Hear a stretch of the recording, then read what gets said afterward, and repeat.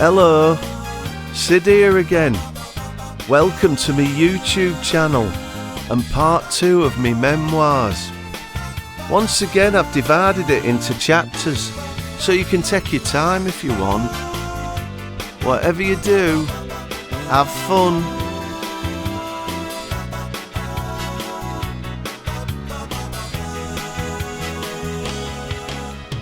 Now that we had a new TV, it meant that I could watch all my favourite programmes in colour. Talent shows especially, like Opportunity Knocks on New Faces, which my brother Des, who'd become a punk rocker by this time, used to think it was funny to call it New Feces. But then punk rock was all about being as disgusting as possible. All that swearing and spitting. You'd never catch Peters and Lee doing something like that. Or Paper Lace. Far too classy. Peters and Lee and Paper Lace both won Opportunity Knocks, of course. Opportunity Knocks was presented by a bloke called Huey Green, who later became better known for being Paula Yates' real dad.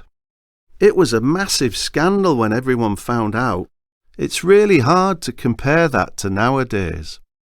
But imagine finding out that instead of Johnny Ball being Zoe Ball's real dad, a mam had an affair with Ant and Dec. That's the level of celebrity you're talking about. By now, I'd started secondary school and got into Sid Smith. People often ask me if that's where I got my name from, and I say no, because then I'd be called Sid Smith, wouldn't I? It doesn't make any sense, does it? Having said that, though, I thought Mally Lambert was an East Hull hard man, and it turns out David Lister wasn't the name of a character in Red Dwarf either. I've never seen that, but if it's anything like that film Don't Look Now, I don't think I'll bother. Put me off ever going to Venice as well. Every day then, it would mean getting a bus to my new school, and I can still remember the journey as though it was yesterday. And all of the magical places I'd never come across before. All of the times I'd gone on road previously with Mam, we'd never gone much past St George's Road. So it felt like if you did, you might come across dragons or something. Like one of those old-fashioned maps that has "There be beasties here" written on it.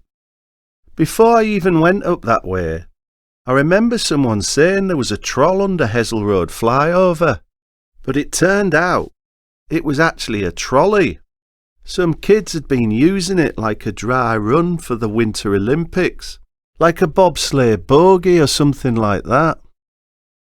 On the other side of the flyover, there was a record shop called Boulder Record Bar, which Mam reckoned had replaced a more timid record bar. But I knew she was having me on, and it was to do with the bass player Trevor Boulder, who'd played with David Bowie. I used to think it was funny that as well as the record shop, drummer Woody Woodmansey had an entire village named after him. At the time I thought, what about Mick Ronson? Everybody said he was the most talented of the lot of them. Why wasn't anything named after him? I thought maybe they could have changed the name of Greatfield where he was from. Maybe name it after one of his albums, you know. Call it the Slaughter Estate. Anyway, they've done a memorial now, and a bandstand, so that's all been sorted. After the Boulder Record Bar, the bus would take us down Askew Avenue, which, if the truth be told, is actually one of the straightest roads in Hull, if not the straightest. It's just the name that's a bit skew-if. And then we'd end up on Boothferry Road, which according to Mam was named after the way in which the white phone boxes are transported into Hull. I didn't know what to make of that, but it brings a whole different meaning to the idea of a mobile phone, doesn't it? I suppose you could say that like mobile phones, they had plenty of storage space, multiple windows, and lots of pop-up advertisements. Eventually, we'd turn into First Lane Annaby, which if you ask me is a really stupid name. I mean, it isn't the first lane at all, is it? Not if you're coming from the other end, it isn't. It's the last lane. They don't think these things through, do they? Not only lazy, it's inaccurate. Maybe it was the first lane built in Annaby. But then it wouldn't have been Annaby at that stage, would it? It would just be a lane. So that doesn't make any sense either. The bus ride itself was madness. It was the only school bus not put on by the corporation, probably due to the fact it was for the Ezel Road kids. It was put on by a coach company called Humber Pullman, and if anything, we'd have all been better off if rather than being pulled, they'd pushed it into the Humber. They were in a right sorry state. So yeah, it was madness, smoking, swearing, vulgar behaviour, and that was just the drivers. To be fair, some of the kids actually did apply themselves to their schoolwork on there, especially biology. In the condensation on the window, or others might be doing a bit of practical at the back. Me and a mate used to have a numbering system, when we dared sneak a bit of a look, that was. Look, he's getting 27. Oh look, they're doing 42. Ah, she's giving him 54. It was like something off a bingo caller. 27, Gateway to Heaven. 42, Winnie the Pooh. Or 54, Clean the Floor. I don't know what you had to do to get a full house, but to this day, if I even think about going to bingo, or so much as buying a scratch card, I have this feeling that somebody somewhere is having a better time than me at the back of the bus. The bus itself was always packed with loads of kids stood up. So if the bus driver jumped on the brakes all of a sudden, everybody would just fly forward down the aisle and end up in a big pile. I lost count of the number of times I had sig burns on the back of my jacket, which made me wonder about our Les, because he always had sig burns on the front of his clothes. So it struck me, he must have stood on the bus looking towards the back. Whether it was that or not, his T-shirts were always going to pot. Every day we'd have to start the whole thing over again, turning up to catch the bus on the corner of Gordon Street and Boulevard. Mam always used to call Gordon Street Woodcock Street, probably because they ran into each other. I don't know why they did that. Maybe there's a Gordon Woodcock somewhere they were both named after. Or maybe he was only known as Gordon on one of the streets and by a nickname on the other. If you were going to give him a nickname, though, a much better one would be something like Flash, wouldn't it? Flash Woodcock. Although that sounds a bit like a criminal act, so maybe not. I wasn't all that bothered about school. I suppose I could have done all right, but instead, when it came to the different subjects, I just ended up feeling lost for words in English, at 6s and 7s in maths, didn't feel like science needed much in the way of investigation, couldn't see any future in history, had no idea where I was in geography, wasn't au fait with French, couldn't get the picture in art and didn't know what to make of woodwork or metalwork. I wasn't in any of the top classes, but then I wasn't in any of the bottom ones either. I was somewhere in between. There was only one other kid who was in all the same classes as me. His name was Hugh, and I felt like I was stuck in the middle with him. When I say stuck, that was due to the fact that even though we became good mates, Hugh had what you might call a hygiene problem, and he used to smell a bit. I did tell Mam about it, and she said I could either put up with it or tell him and risk losing the friendship. Either way, a stalemate. Hugh was a great laugh, though. He liked nothing more than having a lot off to the teachers or getting me into trouble for laughing along with him. So I put up with the smell 'cause he was good company. He was a straight shooter. which from a teacher's point of view probably made him bad company. Like this one time in music, which you'd have thought I'd have been into, and I would have been, but they only did all that classical stuff, so I wasn't. The teacher was telling us all about Beethoven, and he thought I was laughing at the fact that Beethoven was deaf, when what had happened was Hugh had said under his breath, if he'd had to sit through one of your lessons, he'd have thought it was a blessing. So rather than blame Hugh, I got a detention and was told that in order to appreciate just how lucky I was to have me hearing, I'd have to listen to John Cage's 4 minutes 33 for an entire hour. But I just ended up sitting there in total quiet. I don't know about improving my hearing, but nowadays I reckon John Cage would be guilty of what I think they call passive-aggressive behaviour. You know, giving someone the silent treatment. Like I say, I was an average student when it came to most of the lessons at school, but the one thing I really didn't like was PE, which I used to avoid as much as possible. I used to try and forge Mam's handwriting and say something like I had a bad leg, but the PE teacher would always see right through it and say stuff like, "Get out on that field, or I'll make sure you never walk again. You've always got some lame excuse." Either way, I'd end up getting the big trainer for attempting to bunk off. Sometimes the PE teacher would threaten to leave his foot in it. I mean, he didn't, but to this day, I only have to hear the words Dunlop Green Flash, and I break out in welts on the back of me legs. Not so much green flash, more like red rash. I remember this one time when I tried to pull a fake sickie. The PE teacher turned around and said, "Are you the cock of the school?" I said, "I don't know what you mean, sir. I've never been in a fight in my life. Besides, I've got 3 older brothers. I tend to get left alone." And he said, "I didn't mean it like that." I thought that was quite funny for a PE teacher. Then I heard him say exactly the same thing to Hugh. "Are you the cock of the school?" And Hugh, rather than answer, ended up calling him a dick. So the PE teacher said, "I'll give you dick." So Hugh said back to him, "If it's all the same to you, sir, I'll just have the big trainer.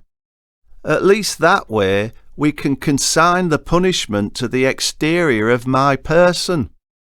The PE teacher might have thought himself a bit of a player, but he wasn't a match for Hugh. And then what would happen, if you deliberately forgot your bag, is he'd have to get some horrible old kit out the big box he kept in his office and go out on that field looking like that kid in the film about the kestrel. Hugh would put some kit on out of the box and would instantly smell better. You'd never see that on a deodorant advert, would you? Kestrel, 'cause there's nothing like the smell of lost property shorts.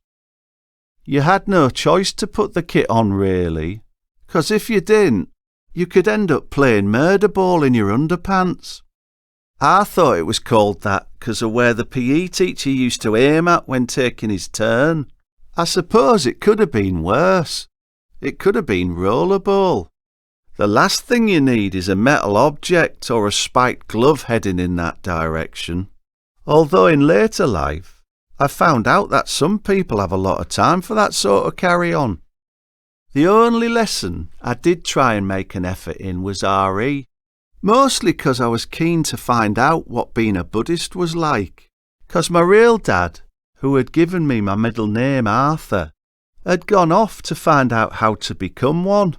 But the teacher reckoned that any religion other than the Christian one was the wrong one, and that the only way to find God was through Jesus. Hugh said something about God's house having lots of rooms in it, but the teacher said the other rooms were full of suffering, and so we sat in his room and did exactly that. If I couldn't find out about Buddhism at school, I thought I could try and do as much at home, and started getting into Kung Fu. But when I told Mam why, She said I'd be better off if I tried not to think about me real dad, and by getting into Kung Fu, I was just pandering. It was hard, 'cause a lot of the other kids in our street were into Kung Fu as well. One even made a pair of nunchucks out of his mam's yard brush, which was great, until his mam, who was a right dragon, found out about it and ended up using them to give him a beating. He must have done a good job on 'em, 'cause when she was using 'em, he was making all the same noises that the characters did in the Kung Fu films we all used to watch, right down to it sounding like the noises had been put on afterwards. I think that was the last time I saw him, 'cause not long after, he moved away. To be honest, I didn't really like him. Always wandering around with his shirt off, offering to knock people out and trying to make a splash. If the truth be told, he was a bit of a brute. Last I heard, he'd gone to Henry Cooper. My obsession with Kung Fu didn't last that long. I remember our Les telling me that if I wanted to learn more about Buddhism, I'd be better off getting myself an old motorbike and learn how to keep it on the road. But I didn't have the gumption for that. Besides, when was the last time you saw the Dalai Lama tearing around on two wheels? You won't, 'cause Buddhist monks are not meant to have anything to do with motorbikes, are they? If anything, they're born to be mild. By this time, Les had left the house to go and share a flat with a mate of his, Curtis, who lived on Mayfield Street.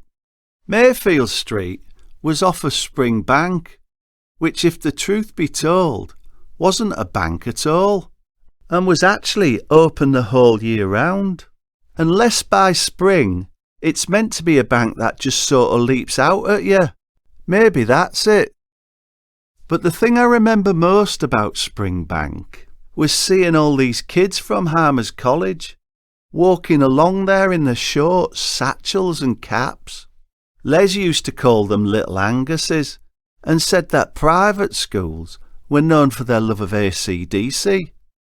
AC/DC and biscuits, apparently.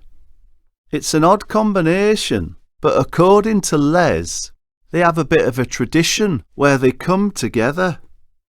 Les, Curtis and Artez were trying to put a band together, which was a mixture of what they called progressive rock and funk music. They called it Stone Ferry, but it didn't last very long, 'cause none of them thought it was going to float.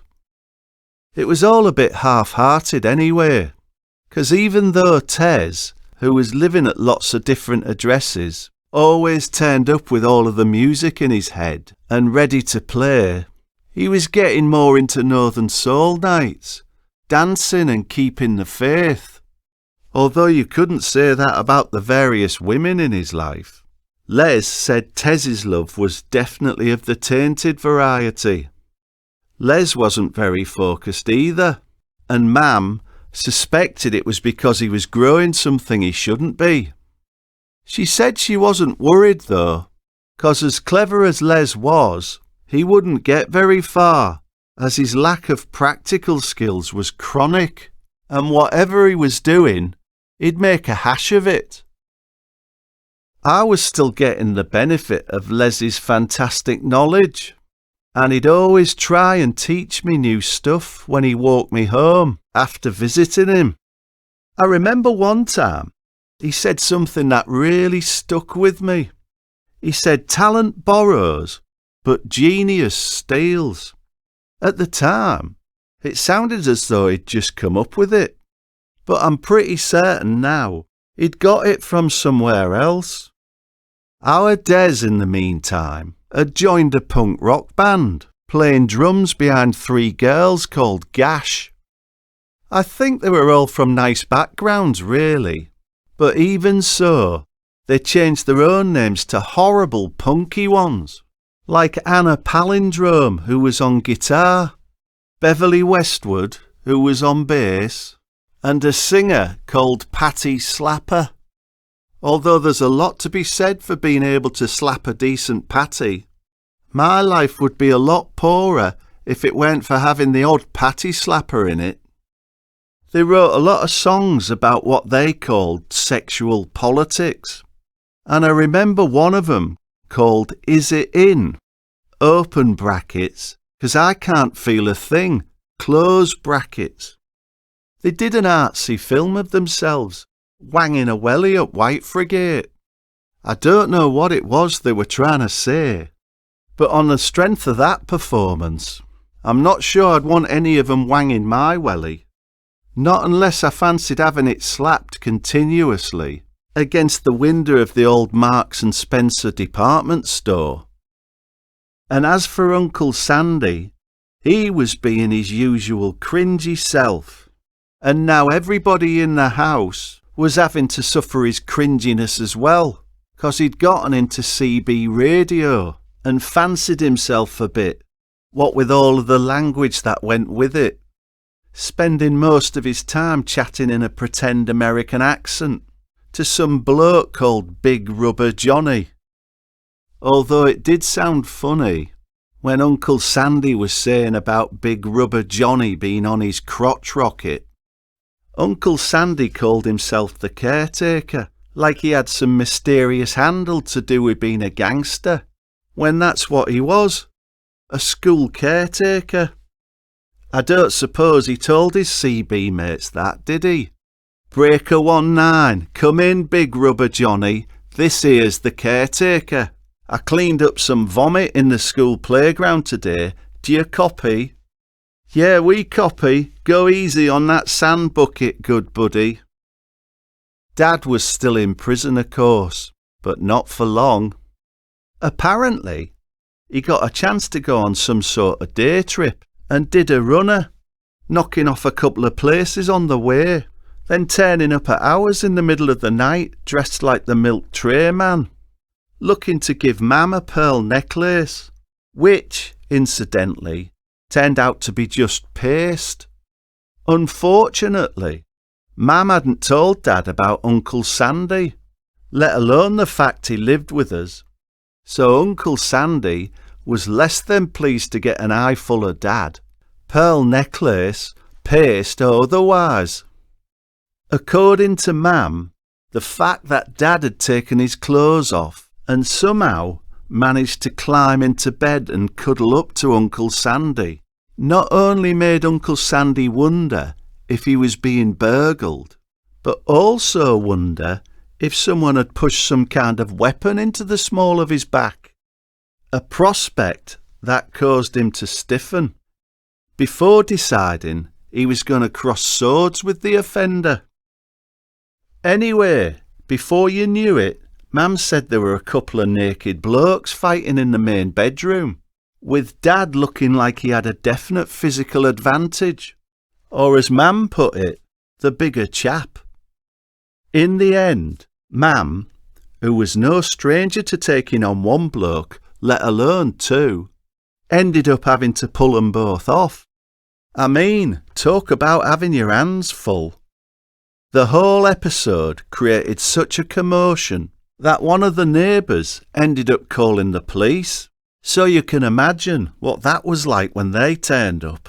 The whole street outside, watching as the police arrested what looked like a couple of late-night streakers, shoving them into the back of the van, whilst covering them both up with a couple of policemen's helmets. Course, Uncle Sandy got let out pretty much straight away, and I dare say he had a decent story to tell his CB mates, knowing full well Big Rubber Johnny and his crotch rocket wouldn't be able to compete with being covered by a policeman's helmet, or a Smokey's Stetson, if you want to give it some sort of CB name. Mam said that looking back, she found the whole episode quite romantic, and was fond of telling people it was like a scene in a film called Women in Love, where Oliver Reed and Alan Bates fight with each other naked in front of the fire. But to my mind, Dad and Uncle Sandy probably looked more like Les Kellett and Mick McManus without their trunks on. But I didn't say that 'cause that would make Mam look like one of those daft old biddies who used to get really worked up watching them. Or in her case, like the referee who gets in the middle of the two of them and ends up getting a face wash. Mam was still working at Smith and Nephews at this time and making a bit on the side to go with it. But she was getting fed up of having to move stuff around, as well as all of the coming and going, what with people turning up at the house to pick things up and what have you.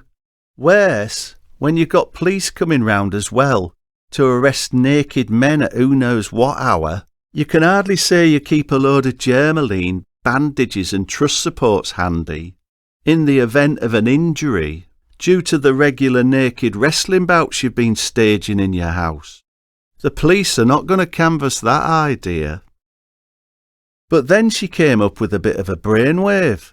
A brainwave that came in the form of a plastic container. What if she put on a Tupperware party? She could take the Smith and Nephew orders at the same time, and then put the stuff with the Tupperware. So at the very worst, it looked like someone was coming round to borrow a first aid kit, or as Mam called it, plastic surgicals. Better still though, she was going to let me do a turn, what with all the impressions I'd been learning from the Mike Yarwood show. He was the biggest star on television back then. Nowadays, he's probably best known for being the first person to be made redundant by Margaret Thatcher. Well, second if you include the milk. Anyway, he couldn't do her, so she did him, basically. I remembered what Les had said about genius stealing, and so instead of just copying Mike Yarwood's impressions, I just did his entire act.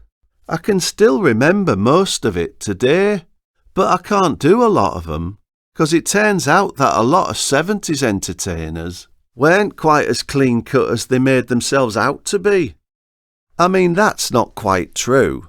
I could do them if I did a gig in an old people's home. They probably wouldn't mind. They probably wouldn't remember.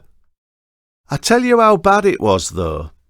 I found a load of old looking magazines in my loft, and I didn't know whether to put them on eBay or hand them into the police as evidence. I mean, talk about hiding in plain sight. It was so bad, that was the last thing I wanted to do. Have a look in. Tupperware parties were all the rage back then, though, and they were the only ones really doing that sort of thing.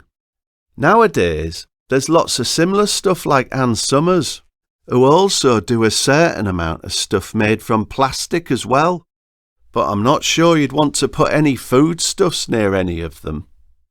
Actually, that's not true either. I'm pretty certain you could do an Ann Summers party and make food shapes to suit the occasion. They could probably change that old supermarket slogan as well. Making love tastes better. Des, who by this stage we'd discovered couldn't read and write because he was dyslexic, a word none of us could spell, had a great way of putting things, especially when it came to song lyrics, and reckoned later on that Ann Summers had missed a trick by not using that slogan, more rabbit than Sainsbury's. Course, at the time, I had no idea about such things. The only rabbit I knew of was my own one, which had bad anxiety problems. We called it Starsky because it was always inside its hutch. It couldn't bear to be hugged.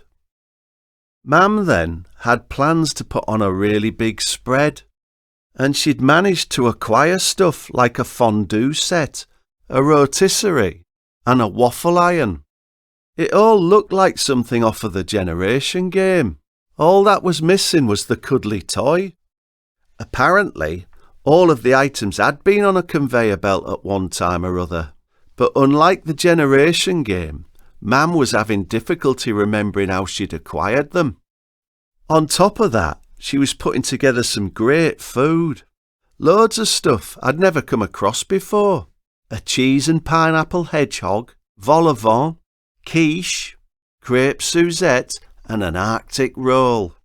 To top it all off, she thought she'd add in some brownies that Les had been making at ours from a cookbook by a lady called Alice B. Toklas.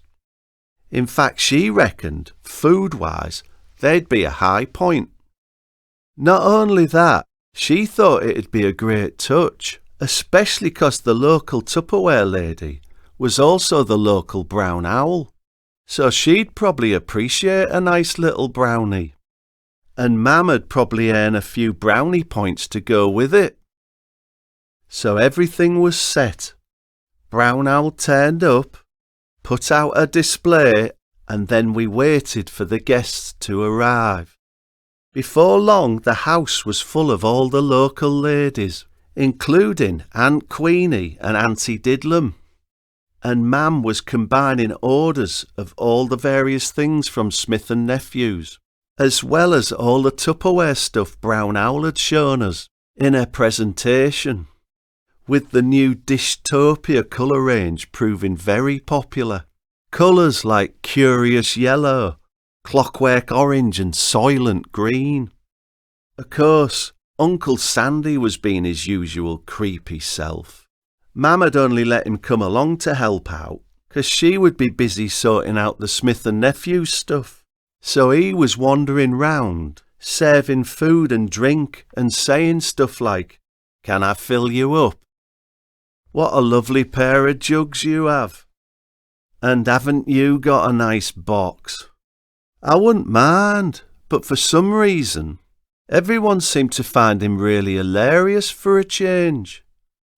When it looked like everybody had had a decent feed, and all of the brownies in particular had disappeared, Mam decided it was time for me to do my turn. From what I could make out, there was already plenty of giggling going on, with, like I say, even Uncle Sandy getting laughs for his creepy remarks. So I got up and just did loads of those Mike Yarwood impressions I'd been learning, doing all the celebrities I didn't know, such as Robin Day, Harry Worth and Malcolm Muggeridge, 'cause I thought that's what Mam's friends would appreciate. And it went brilliantly, with everyone doubled up crying with laughter. Probably the best start you could ever get. It was great for me, 'cause it meant I could impersonate people I'd never seen or heard of before. It was a real boost. It proved too much for Auntie Didlum, and her incontinence got the better of her again. So she had to leave, but not before being given a couple of free Tupperware boxes to take with her just in case she got caught short on the way home. Although I don't think she was actually planning on keeping anything fresher for longer, as the Tupperware saying went. Aunt Queenie, who was still giggling, stood up and said it was the funniest thing she'd ever seen, and said she could predict a bright future ahead of me, at which point Mam stopped her in her tracks and reminded her of the last time she'd made any predictions on my behalf. Poor Queenie must have been losing her touch though, 'cause the next thing, she tottered over and went clean through the table, sending everything everywhere. She definitely hadn't seen that coming. At which point, Mam decided it would be a good idea for everyone to make a move. But not before telling everyone that she was going to put me in for an upcoming teen talent contest, which seemed to meet with a lot of approval, as the suggestion was met with even bigger laughs. Nothing like a bit of encouragement. At school, I was beginning to wonder about being friends with Hugh. We'd been going into Anlaby on a lunchtime and having a laugh and all of that. But then I noticed he'd started shoplifting. Best of it wasn't even stuff either of us needed. It was stuff like cochineal, licorice imps, or imperial leather. I mean, I didn't even know what cochineal was, other than if you got it on your clothes, it made a horrible stain. Neither of us could stand licorice imps, and as for imperial leather, well, Hugh obviously had no use for soap, and we always had Lux, Knight's Castile or Lifebuoy at home anyway, so I couldn't sneak it into ours. And apart from anything else, it meant I had to wait until I was grown up to discover the wonders of the everlasting label. Course, it didn't take long before he got caught. We'd gone into the usual place, and I reckon the guy behind the counter must have cottoned on to us. 'Cause what happened was, Hugh tried to steal some Mr. Ben's rice, and then guess what? As if by magic, the shopkeeper appeared. He invited us to come into his back room, so we made a run for it, which I know was wrong, but I didn't want to go into his back room. And in some ways, I'm glad I didn't, especially since I've seen what some of the people in that film, Pulp Fiction, changed into when they went into a shop's back room. Put me off Ann Summers' parties as well. More rabbit than Sainsbury's or not. The guy was shouting after us, saying he was going to ring the school. So we decided we'd have to play twag and go back to Hugh's for the afternoon. He reckoned his mam would be out at Eileen's hairdresser's, a salon called Are You Having a Lot Off? And his dad was never around during the day anyway. Hugh didn't speak about his dad much, but from what I could make out, he said his dad supplied the rubber for something called prophylactics. Either way, he must have been doing all right, 'cause they had a massive house on Plantation Drive. I'd been to Hugh's house once before for tea, and although it was lovely, I'd ended up feeling a bit weird around his mam. She'd spent most of the time on a sunbed upstairs, but then when she did come down, she was in a lightweight robe, smoking a matching Sobrani, and for some reason, she insisted on showing me her new bathroom suite.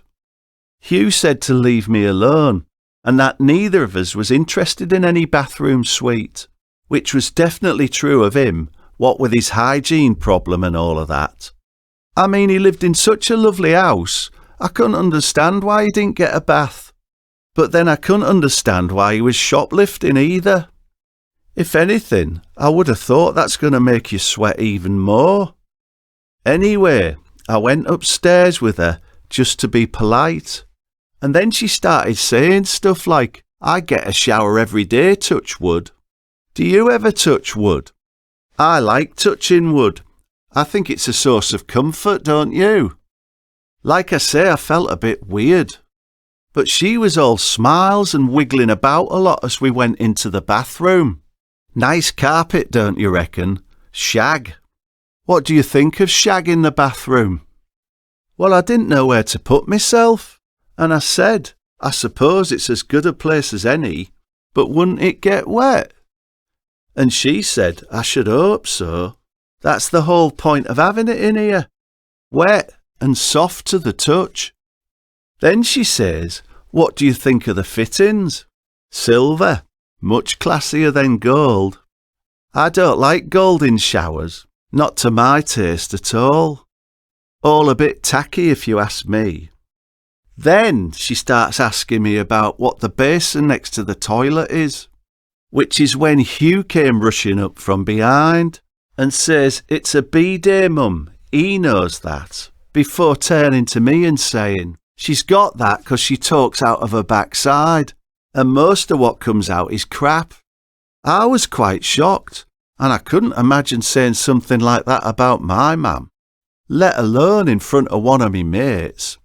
You'd end up getting your mouth washed out with soap. But then, like I say, Hugh was very good at avoiding soap. Not that it stopped her, though. Next thing I know, we're having tea off a hostess trolley. And she's saying, would you like crumpet? By this time, I was getting even more embarrassed. But it turns out she actually meant a pikelet, which I suppose could be even more confusing as well. If you think about it, I mean, you'd be forgiven for thinking that pikelets were baby fish. So maybe crumpet is a better word. After that, she starts going on about gatto. And I'm thinking, what's an Elvis Presley song got to do with anything? But it turns out she meant cake. It's weird, isn't it? I mean, all the time I've listened to that song, and I thought Elvis was singing about crime and social problems. But it turns out he's singing about cake, which he probably knew more about anyway, let's face it. Anyway, I ended up settling for a bit of crumpet and a ladyfinger, which, although it was very nice, was nowhere near enough to fill a hole.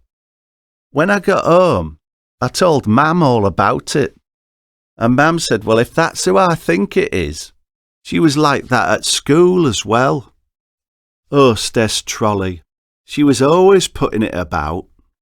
That's a strange thing to do in a school, isn't it? Pushing a hostess trolley around. That's another great thing about Tupperware. It's much more convenient when it comes to putting the stuff in that you've made in domestic science.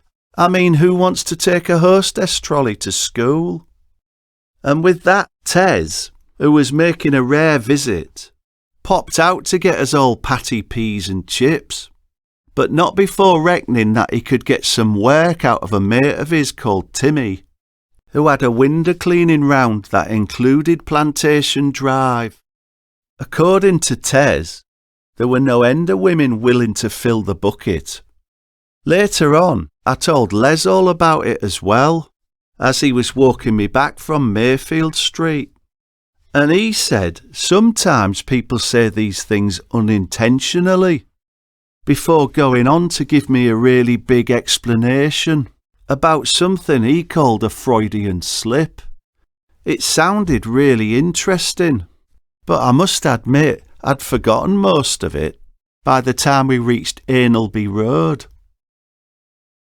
So we got back to Hugh's after the shoplifting episode, and he stuck on some music whilst I set up the TV for a game of Pong. He had a big record collection, did Hugh, so he put on an album called Frampton Comes Alive, which I'd never heard of before. It sounded more like Trumpton Comes Alive to me. You know, the bit where the fire brigade turn into a band. Pew, pew, Barney McGrew, Cuthbert Dibble Grub. From what I could make out, Peter Frampton was looking to find his way, 'cause there were tracks on there called Show Me the Way and then Baby I Love Your Way. I later found out from Les that he'd lost his way completely until his old schoolmate David Bowie helped him find it again, 'cause he never let him down. They made an album together, which, as coincidence would have it, was a bit of a letdown. Maybe the title was meant to be sarcastic or something. Hugh had a really flashy stereo system as well, whilst we only had a radiogram at ours. Either way, you didn't need a remote back then, 'cause the great thing about playing Pong while listening to music was that when the record stopped, you could get up from your game and change it, in between taking your turn. You had ages. You even had long enough to rifle through the record selector. It was whilst I was changing the record, I suddenly caught sight of a CB radio set up in the corner. I hadn't noticed it before. Well, it turned out that his dad was Big Rubber Johnny, and typical Hugh showing off. He reckoned his dad was the first person in Hull to get one. CB radio, that is. So I said, if your dad was the first person in Hull to get a CB radio set, who did he talk to then? I mean, even if you've only got 2 cans and a bit of string, you're still going to need someone to listen at the other end, aren't you? After a while, Hugh decided it would be a good idea if we had some home brew, and 'cause I'd never really had anything to drink before, I said yes. Hugh said his dad was complaining about it being too watery, But he reckoned he was doing his dad a favour by stopping him from developing a problem. Very generous when you think he was also putting himself at risk in the process. So we were having a bit of watery homebrew when Hugh asked me if I'd like to see his dad's porn mag. Nowadays, porn is everywhere and much easier to come by. But back then, the nearest I'd got was finding bits of porn mags on bomb buildings with me mates. A lot of it was in a foreign language as well. I had no idea how it got there, but Mam reckoned that the Germans used to drop poisonous sweets on us during the war to kill the kids, so maybe the sweets were wrapped up in bits of porn mag. If the sweets didn't kill you, I suppose the porn would mess with your head. Anyway, the nearest I'd really got to looking at scantily clad women was in me Mam's Marshall Ward catalogue. But even then, they still had the bras and pants on. You didn't get to look for very long anyway, 'cause you had to put all your effort into keeping the catalogue open in the first place. Like I say, nowadays, what with porn being available at the click of a button, it's much easier to come by. So I had a look at his dad's porn mag. What there was were loads of pictures taken on a film set of a woman and a load of blokes dressed up as soldiers. The pages had titles like Your Mum in Half Hot, Army Dads, and Are You Being Serviced? And at the end, it had a bit called You've Been Looking At, where it gave the names of all of the people involved, such as Mrs. Slocum, Mr. Humphrey, and Captain Peacock. Those series were never the same after that for me. But the bit I especially remember was a section called Readers' Wives. Pictures of women taken at home with what looked like the same faulty camera, as they all had black lines across their eyes. Maybe they were like that Cyclops bloke and had powerful beams of energy coming from their eyes and had to control them. Either way, it was odd that was the only thing that had ended up getting covered up. I mean, if you're half naked and somebody walks in, you don't think, quick, I better cover me eyes. Least I wouldn't. Out of all the pictures though, one stood out straight away, 'cause it looked exactly like Hugh's mam, right down to the silver taps in the new bathroom suite. I couldn't understand why Hugh hadn't spotted it, but then he didn't use the bathroom, so maybe that was it. I'd already started to feel unwell, 'cause not only had we had homebrew, we'd also had a lot of drinks out of his mam's cabinet as well, like Warninks, Advocar, Babysham and Campari, as well as a couple of Sobrani each. We didn't go as far as wearing her robe, but the picture in his dad's magazine had made me feel really odd, so I thought I better beat it. The bus ride home was terrible. I got on, and it wasn't long before I started to feel like I was going to throw up. I managed to hold back until I got as far as Carnegie Library in West Park, and then I had to jump off one stop from home. Before you knew it, I was vomiting everywhere. But it wasn't all that embarrassing, 'cause Hull Fair was on, and seeing kids retching all over the place was a common enough sight. It made me nervous about getting on buses drunk, though, and to this day, I still think of that route as the 63 Seasick. I was glad when they changed it to the number 2, although that could remind you of getting caught short as well, especially from the point of view of Auntie Didlum. The next day at school, I was expecting us to get found out, and I was worried sick about what would happen.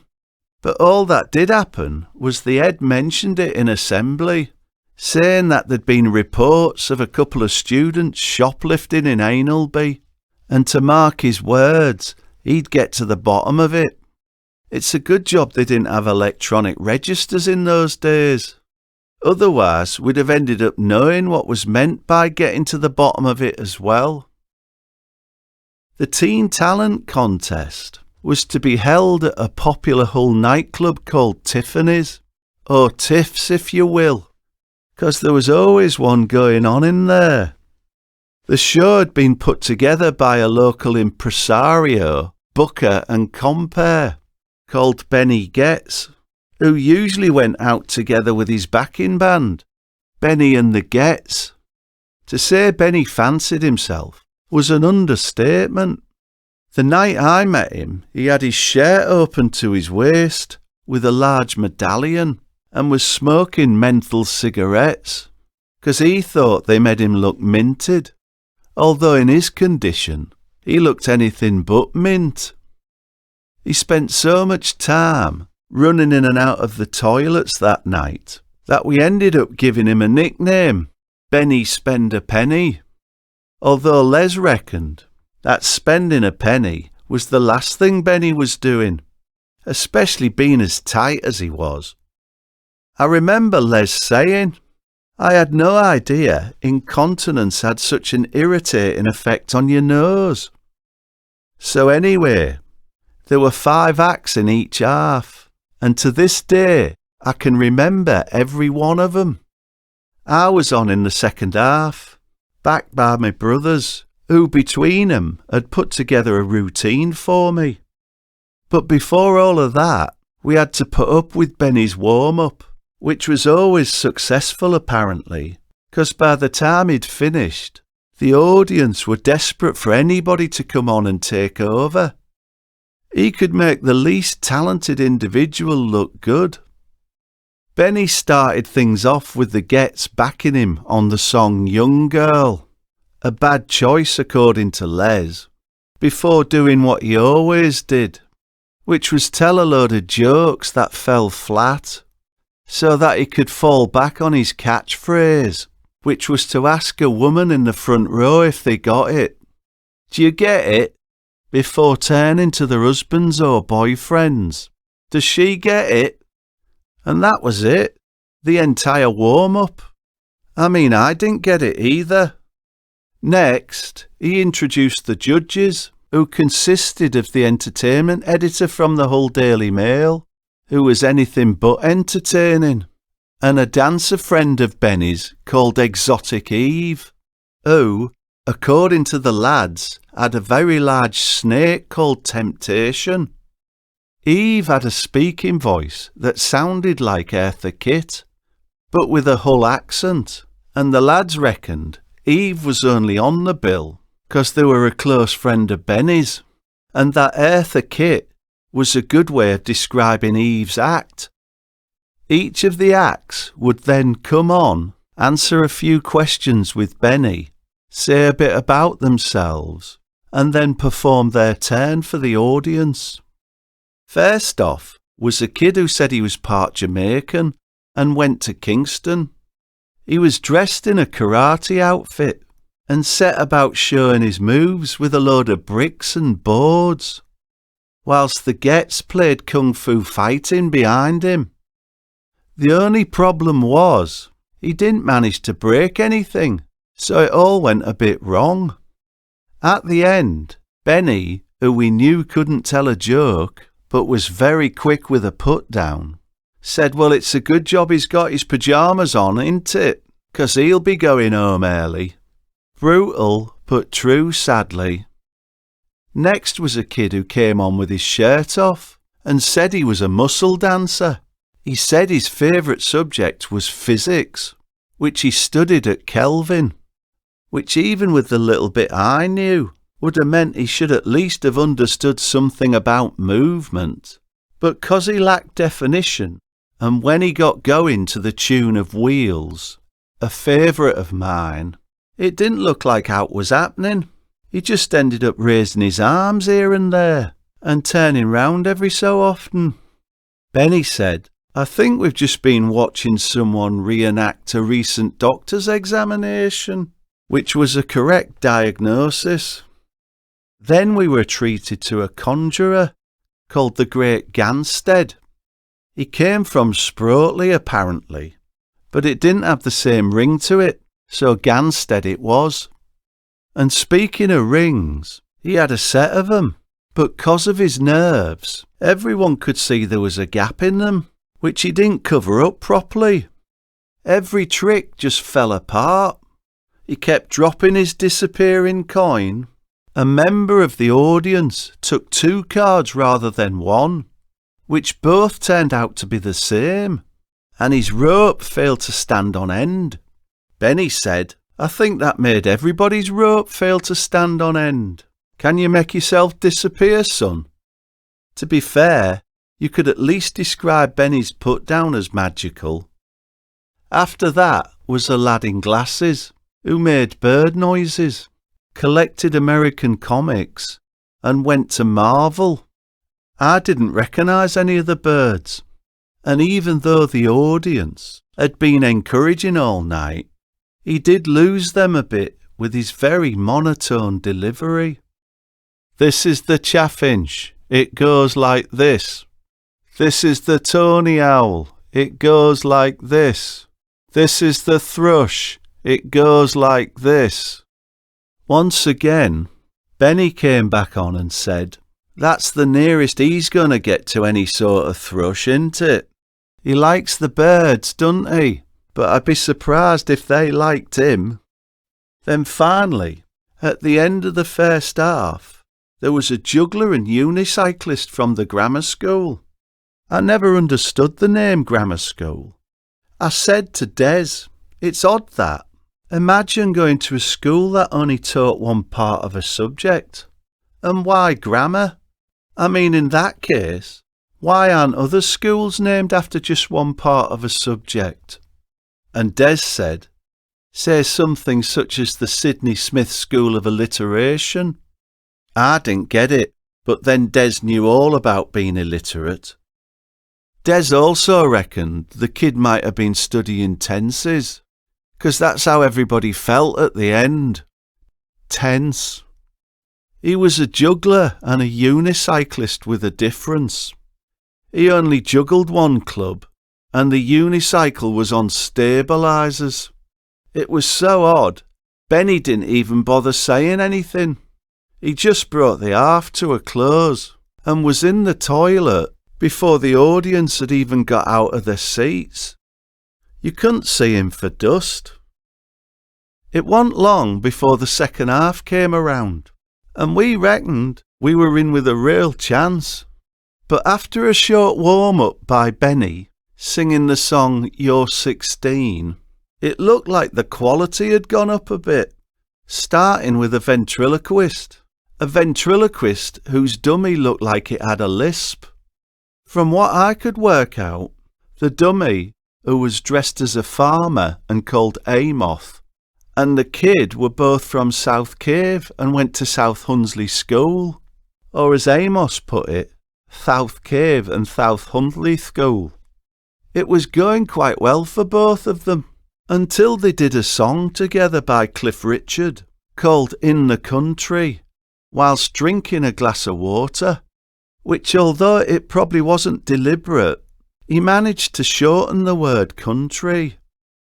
In an effort to make light of it, Benny came on afterwards and said, "Well, I wouldn't want him putting words in my mouth, let alone shoving his hand up me backside." To be fair, Benny was quite capable of putting words in his own mouth, and as for putting a hand up his backside, as Tez said, I don't think you'll find many people wanting to do that. So much so, Les reckoned he was probably a very safe bet going through customs, and that was part of the reason he was in and out of the toilet all night.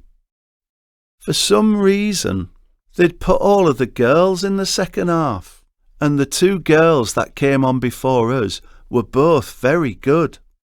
The first was a sword swallower who came from Preston, which struck me as not only a long way to come, but also made me wonder whether she should be eligible. Either way, she played on some South Holderness connection or other, to the hilt, and it went really well. Benny, who was slurring his words more and more, came back on and started going on about a film he'd seen called Deep Throat. I didn't know what he was on about, but Tez reckoned that unfortunately for Benny, unlike the girl in the film, his remarks hadn't gone down too well. Next up was a contortionist called Connie, who went really well, so much so I was starting to wonder how we were going to go. Once again, Benny came back on and said something that sounded like it could be out of turn. Lovely girl, that. Bend over backwards for you. And even though some people laughed, I had the feeling that he'd made everyone uncomfortable. Just before he was going to bring us on. We had nothing to worry about though. We'd worked out a routine that consisted of me doing an easy listening version of School's Out, backed by my brothers with a load of impersonations of teachers in the middle. Ken Goodwin and Frank Spencer as useless teachers, Brian Clough as a strict teacher, the Fonz as a cool teacher, and Steve McGarrett as the head teacher, which mainly involved using catchphrases such as "settle down," "I've had a bit of trouble," "we decide I'm right," "hey," and "book him, Dano." At the end, Benny came back on and said, "That was all catchphrases, wasn't it?" Before going on to say, "Seems like a nice boy," and casting some sort of aspersion toward me. I was really tempted to point at him and shout out, "Look at the muck in here." But as he was a judge, I thought better of it. So with one act to go, we reckoned we were sitting fairly pretty. The last act was a girl doing a glass orchestra, the glasses having been filled up at the top of the show to save time. Benny managed to say something off colour again when he was introducing her. I don't know how many glasses there are there, but imagine blowing that lot in one night. Followed by him asking one of the women in the front row how many she could blow in one night, as well as the usual "do you get it?" which he'd been saying pretty much with every turn. And as Tez said, it was beginning to suck. Now I don't know much about it, but when they brought the table to the stage, some of the water must have evaporated or got spilt, 'cause somewhere between Leslie's understanding of volume and waveform and Tez's understanding of pitch, they reckoned it was going to be off key. And wasn't it just? It was like a Les Dawson version of the theme to Van der Valk, the sort of way you'd play it, according to Les, if you actually went to Amsterdam. The audience were roaring though, absolutely wetting themselves. But credit to the girl, even though she looked like she was on the verge of tears, she went through with it, and it's a good job she did, 'cause she ended up winning. We came second, with Connie in third place, although Mam reckoned we should have won, and that in talent contests, people are suckers for a sob story. So I said, maybe I should have told them that I don't know who me dad is. But not that sort of sob story, apparently. Anyway, it didn't matter, 'cause at the end, Benny said he'd liked what he'd seen, and said if we sorted out a whole act, he could get us loads of work. You could say what you like about Benny, and we did, but he obviously thought he could make a bob or two out of us. The idea sounded good, and when we went home in the van, I remember us all talking about it, whether Benny would back it up or not. Although for some reason, the others said Benny's offer had something to do with coke, and that didn't guarantee whether or not it was the real thing. It wasn't long after the talent contest that I started seeing Connie the contortionist, whose real name was Frances. She lived in North Hull, on a place called the Ghost Estate, which Mam reckoned had got its name due to a falling out between developers, which had ended up with one of them dressing up as a phantom and roaming around the place to stop people buying houses on there and look at his properties instead. It went on for some time, until he was unmasked by 14 detectives and a talking dog, which even by our exaggerated standards was a bit far-fetched. I mean, when have you ever heard of detectives in their teens before? You can't just become a detective without the proper training, can you? Even with the benefit of a talking dog. Francis went to St. Mary's School, which I always used to confuse with Trinity. Les reckoned it had something to do with me thinking of the Father, the Son, and the Holy Ghost. I didn't get what he was on about, but when someone mentions the Trinity now, I always think of the Father, the Son, and the Holy Ghost estate. But I wouldn't want that to sound mean-spirited. Frances was my first proper girlfriend. I hadn't managed to date any of the girls who lived near me. Most of them went to Amy Johnson and were on a different plane. If anything, they seemed to prefer the lads of Riley, who had a much more carefree and easy-going approach to life. The thing I remember most about Connie, though, is that she was really clever. One time I went up there, and she decided she was going to help me with my maths by doing sums on North Hull Estate. What happened was, she would add 2 avenues together, and I'd have to lead her to the right answer. We must have spent a whole afternoon crisscrossing Greenwood Ave. I'm not sure it did improve anything, but I do know if you times 6 by 4, you can end up in Barmston Drain. Most of the time, I'd meet her in town and we'd hang around or go to the pictures.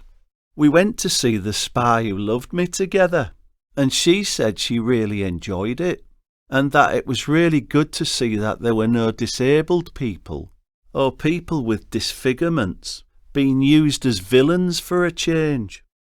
I wasn't sure what she meant, so I said, "What about Joe's?" And she said he'd had his teeth surgically altered. I was going to say he doesn't speak, but instead I bit me tongue, which was probably what happened to him as well. She was always coming out with really interesting stuff. Another time, we were in the old town, and we went to see the world's smallest window in the land of green ginger. I told her Mam's story about the naive red-headed boy who learned about disappointment there, and she said, maybe it's only disappointing from this side. On the other side, it might look amazing.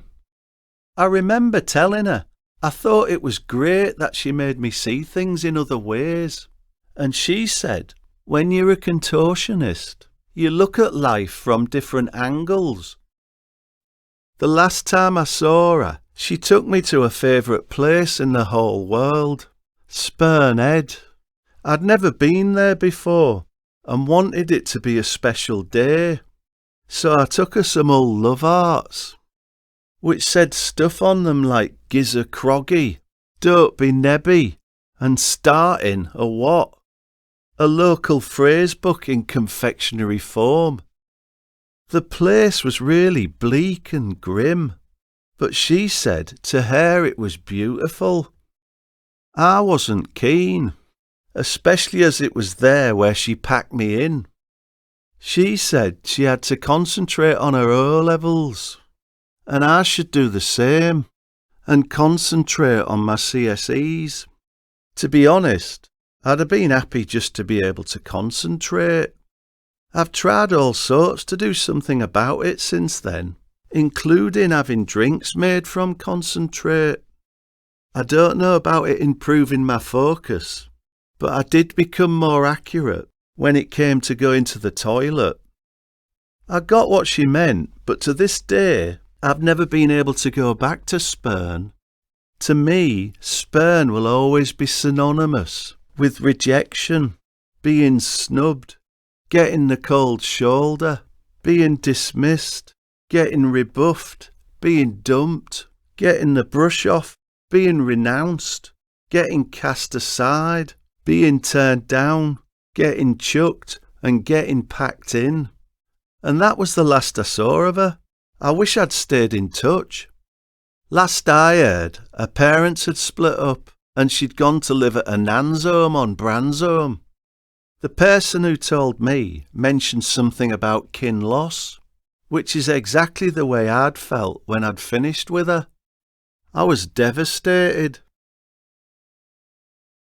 So it wasn't long before we were doing the rounds of the clubs, mixing up impressions, songs and sketches, and cutting quite an original look, what with Les in his hippie gear, Tez looking like a soul boy, Des as a punk, and me dressed in my finest easy listening combination of golfing slacks, pastel sweaters and cravats. You might well ask, what sort of music does a band with our mix of influences and looks make? And the answer, strangely enough, is country and western. I mean, not always, but it is good for storytelling and changing lyrics. So we had one, like about getting a cab outside of Bun in the Oven and throwing up everywhere, called Take Me Home Ezel Road.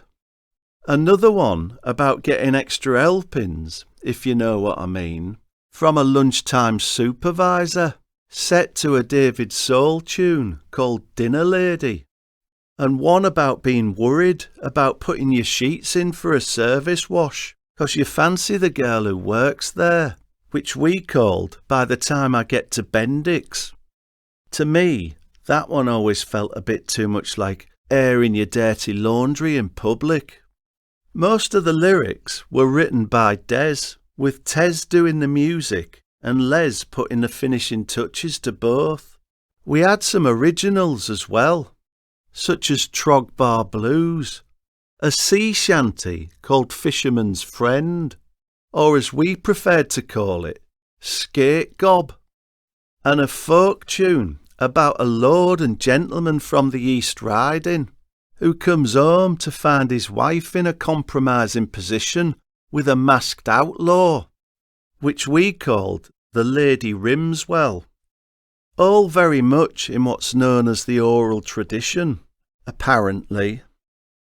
We had a load of shorter, punchier bits as well, such as saying the next tune has been suggested by our sponsor, before mentioning the nearest funeral parlour, and then playing the chorus from A Little Bit More by Dr. Hook. I'm not sure we ever improved anybody's business doing that. We had another one, where I'd play a series of TV cops trying to figure out where a prison escape was taking place, with the lads trying to give me a big clue by playing the first bit of Thin Lizzy's Jailbreak over and over to help me out. It's a mad lyric, that one, although I reckon they were making a comment about the stupidity of the criminal classes, showing off and all of that. Tonight there's going to be a train robbery somewhere in this town. Or tonight someone's going to get beat up in a police cell somewhere in this town. They just can't keep it to themselves. Sometimes we'd interact with the audience, like if we had a bunch of couples on the tables next to the stage. We'd say, here's one for the swingers down the front, and play Got to Get You Into My Wife. I lost count of the number of times we'd hit on the truth with that one, and we'd all get invited back to join in the fun. We never took anyone up on it, but I got the idea Tez might have gone on to one or two after we'd gone home for the night, as he reckoned swinging had something to do with keys in a ball, and we'd be better off working up a version of Baby You Can Drive My Car. We also did some songs with impressions of celebrities, such as Patrick Moore, singing an easy listening version of a song Des brought along, called Another Girl, Another Planet, or me doing Eddie Waring singing Up and Under the Boardwalk. We even had an entire medley of Norman Collier doing My Generation, You Ain't Seen Nothing Yet, and Changes by David Bowie. Everything was going great. We were getting tons of work in and around Hull, building a big reputation locally, and it seemed like we couldn't put a foot wrong. Well, not until Benny got us a spot on a bill for a load of female Scunthorpe United supporters. Benny had said if we stuck with him, we'd go places. But when he said that, I'm fairly certain none of us were thinking in terms of going to Scunthorpe. If anything, we were thinking in terms of something a bit more exotic. Somewhere like Doncaster, maybe. And speaking of exotic, we were playing support to Exotic Eve and Temptation, warming the crowd up before they came on, and gave what Benny called a private showing. Mam said it probably did involve showing something private, and would be a drag. She also said it was a good job we were on first, 'cause she wouldn't want to have to remind us not to drink out of any of the beer mugs if Eve had been balancing them on Temptation. When we got there, the party was already in full swing, so we set up and got straight down to it, sticking mostly to musical stuff, as the crowd were already too drunk to listen to much. The first few numbers went okay. Someday soon you'll win the house at Astoria Bingo. I know it's only Arctic Roll, but I like it. And an original called Attack of the 10-Foot Woman. We just about got away with Arnold Lane. Come with me to Withersea. It's a world of pure imagination. And another original about a brief encounter just outside of Bridlington called Flamborough Head. But things really started to go amiss when we did our version of Float On, which Les described as a combination of individual star signs and what he called scatological preferences, especially as they were eating at the time. I don't know if they had a punch bowl, but Les said we'd certainly added something unwelcome to it. So we thought we'd try and win 'em back by going for broke and hitting 'em with our version of Who Put the Bomb, where in the first part we sang about putting the horn in Hornsey, the wang in Wet Wang, and an obvious one about Penistone. Then we went south of the river, singing about the Grim in Grimsby, a few other places on the way, before finally getting to Scunthorpe, which was the point when, as far as the female footballers were concerned, it really kicked off.